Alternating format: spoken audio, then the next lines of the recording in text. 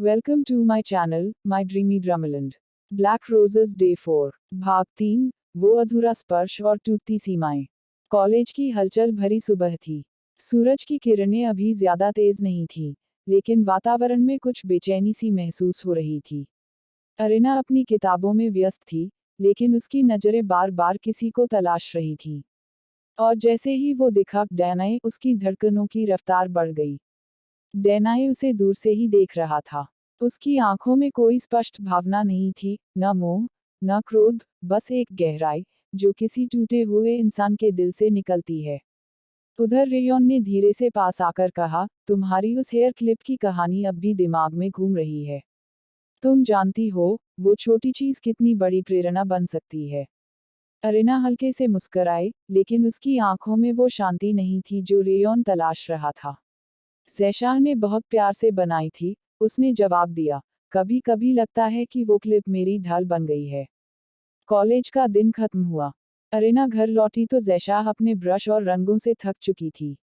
आज का दिन उनके बीच खास था। बहुत समय बाद दोनों बहनों ने आराम से बातें की, पुराने पलों को याद किया, और हंसी में वो गहराई भी छुपी थी जो दोनों की जिंदगी में मौजूद थी। चलो आज डिनर बाहर करते हैं, ज़ेशाह ने अचानक कहा। अरीना चौंकी, लेकिन फिर मुस्कुराकर बोली, क्यों नहीं? चलो कुछ अच्छा खाया जाए। रेस्टोरेंट में हल्की रोशनी और धीमा संगीत था।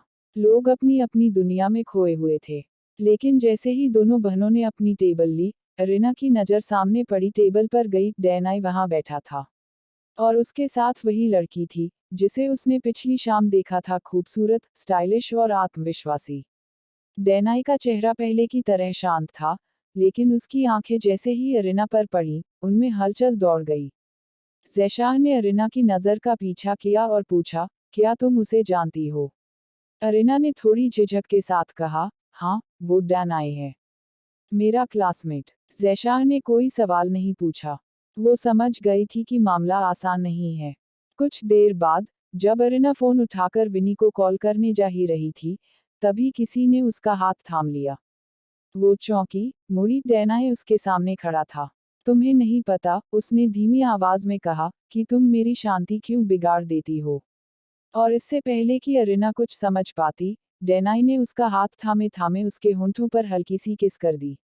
पल थम गया। वो लड़की, जो डैनाई के साथ थी, ने सब कुछ देख लिया। उसका चेहरा लाल हो गया, शायद गुस्से से या अपमान से। वह बिना कुछ कहे वहां से चली गई।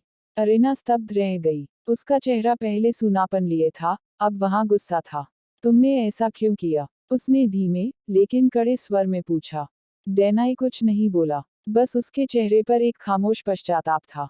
वो भी बिना कुछ कहे वहां से चला गया। ज़ेशाह, जो दूर से यह सब देख रही थी, अरीना के पास आए और धीरे से उसका हाथ पकड़ लिया। चलो, उसने बस इतना ही कहा। बाद में, दोनों बहनों ने डिनर पूरा किया।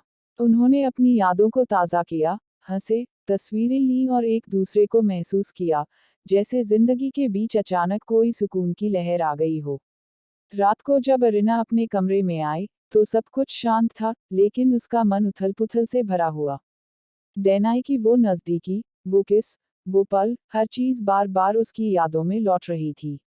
उसने ऐसा क्यों किया? वो खुद से बार बार पूछ रही थी। किसने हक दिया उसे? उसका गुस्सा अब आंसुओं में बदलने लगा था। तभी फोन बजा। डैनाई कॉलिंग। अरीना ने थोड़ी देर तक स्क्रीन को देखा, फिर कॉल रिसीव किया। डैनाई की आवाज धीमी थी, और पहली बार उसमें टूटन थी। मैं जानता हूँ, जो मैंने किया, वो ठीक नहीं था, उसने कहा। पर मैं तुम्हें देखकर खुद पर काबू नहीं रख सका। मैं माफी चाहता हूँ, अरीना। कुछ पल खामोशी रही। अरीना कुछ नहीं बोली। उसके पास शब्द नहीं थे, और दिल उलझा हुआ था। Please subscribe to my channel. Do like and share.